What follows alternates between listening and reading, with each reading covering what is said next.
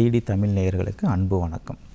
இந்த பதிவில் நம்ம எதை பற்றி பார்க்க போகிறோம் அப்படின்னு பார்த்தீங்கன்னா, உடல் எடையை ஆரோக்கியமாக எப்படி நம்ம குறைக்கலாம். அதாவது உடல் எடை குறைக்கிறதுக்கு நம்ம நிறையா வழிவகைகள் நம்ம கேள்விப்பட்டிருக்கோம். அதாவது ஒரு கிராஷ் டயட்னு நம்ம சொல்லுவோம், இல்லை அதுக்குன்னு சில கொழுப்பை கரைக்கிற மாத்திரைகள் இருக்குதுன்னு சொன்னோம். இன்னும் சிலலாம் கேள்விப்பட்டிருப்போம் நம்ம லைப்போசக்ஷனுங்கிற ஒரு விஷயம். அதாவது கொழுப்பை நம்ம டியூப் போட்டு உரியிற மாதிரி நிறையா விஷயங்கள் நம்ம பார்த்துருக்கோம்.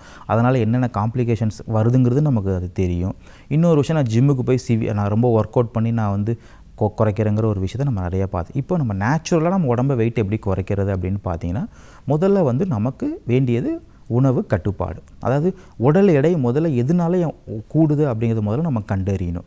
அதாவது அதுக்கு இப்போ நான் நம்மளோட வாழ்வியல் முறையினால் நமக்கு உடல் எடை கூறுது. அதாவது ஒரு மாதத்துக்கு, இப்போ இந்த மாதத்துலேருந்து ஒரு மாதத்துக்கு என்னுடைய 2 கிலோ நான் ஏறி இருக்கேன், அடுத்த மாதத்தில் இன்னும் 2 கிலோ நான் ஏறி இருக்கிறேன் அப்படிங்கிற மாதிரி நமக்கு தெரியுதுன்னா, அந்த வெயிட்டை மானிட்டர் பண்ணிகிட்டு இருக்கப்பவே நமக்கு தெரியும், வெயிட் நம்ம கூடிட்டு. இன்னொன்று பார்த்திங்கன்னா, நம்மளுடைய அந்த வேஸ்ட் சர்க்கம்ஃபரன்ஸ்னு நம்ம சொல்லுவோம். அதாவது இடுப்புடைய அளவு சைஸ், அதுவுமே நம்ம கூடிகிட்டு இருக்குதான் நம்ம பார்க்கணும்.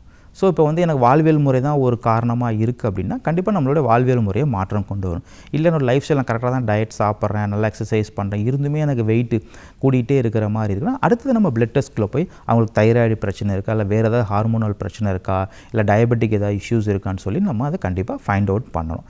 இப்போது எனக்கு வாழ்வியல் முறையினால தான் எனக்கு ஒபிசிட்டி வருது அப்படின்னு நமக்கு தெரியுது அப்படின்னா, வாழ்வியல் முறையை நம்ம எப்படி மாற்றலாம் அப்படிங்கிறது. அதில் நீங்கள் ஒரு ஃபாஸ்டிங்கிற ஒரு விஷயம் நம்ம எல்லாருமே அதை கேள்விப்பட்டிருப்போம். அதாவது விரதம் இருக்கிறதுங்கிற ஒரு விஷயம். இப்போ நிறையா பக்கம் நீங்கள் ஃபெமிலியராக கேள்விப்படலாம். அந்த இன்டர்மிட்டன்ட் ஃபாஸ்டிங்னு ஒரு விஷயம் வர்றப்போ பார்த்தீங்கன்னா, அது இப்போ ரொம்ப ஃபெமிலியராக, அது இன்டர்மிட்டன்ட் ஃபாஸ்டிங்னா அதிலே இருக்குது. இன்டர்மிட்டன்ட்னா பாதி அப்படிங்கிற மாதிரி. அதாவது டோட்டலாகவே நம்ம சாப்பிடாமல் இருக்கிறது கிடையாது, சாப்பிட்ற டைமை நம்ம எக்ஸ்டெண்ட் பண்ணி அந்த உணவு முறையை நம்ம எடுத்துக்கொள்கிறது. இன்னொன்று பார்த்திங்கன்னா, கலோரிஸ், அதாவது 2 வகையாக நம்ம அதை பிரிக்கலாம். ஒன்று லோ கார்ப் டயட்டுன்னு ஒன்று சொல்லலாம், இன்னொன்று லோ கலோரி டயட்டுன்னு சொல்லலாம். ஸோ லோ கார்ப் டயட்டுன்னு சொல்கிறப்ப பார்த்தீங்கன்னா, அதில் இருக்க கார்போஹைட்ரேட்டுங்கிறப்போ நம்மளுடைய மாவுச்சத்தை அறவே கம்மி பண்ணி நிறையா நம்மளுடைய என்ன சொல்கிறது ஃப்ரூட்ஸாக எடுத்துக்கலாம், இல்லை தானியங்களாக எடுத்துக்கலாம். அந்த மாதிரி நம்ம எடுத்துக்கிறப்ப பார்த்திங்கன்னா, கண்டிப்பாக அதுலேயும் நம்மளால் வெயிட் லாஸ் கண்டிப்பாக பண்ண முடியும். இன்னொரு விஷயம் நம்ம என்ன பண்ணணும் அப்படின்னு பார்த்தீங்க அப்படின்னா, லோ கலோரி டயட்டுங்கிறது பார்த்தீங்கன்னா, கலோரிங்கிறது நமக்கு தெரியும். அதாவது நமக்கு சராசரி ஒரு ஆளுக்கு தேவைப்படுற கலோரி அப்படின்னு பார்த்தீங்கன்னா, ஒரு 2000 2500 கலோரி வரைக்கும் ஒரு நாளைக்கு தேவைப்படும்.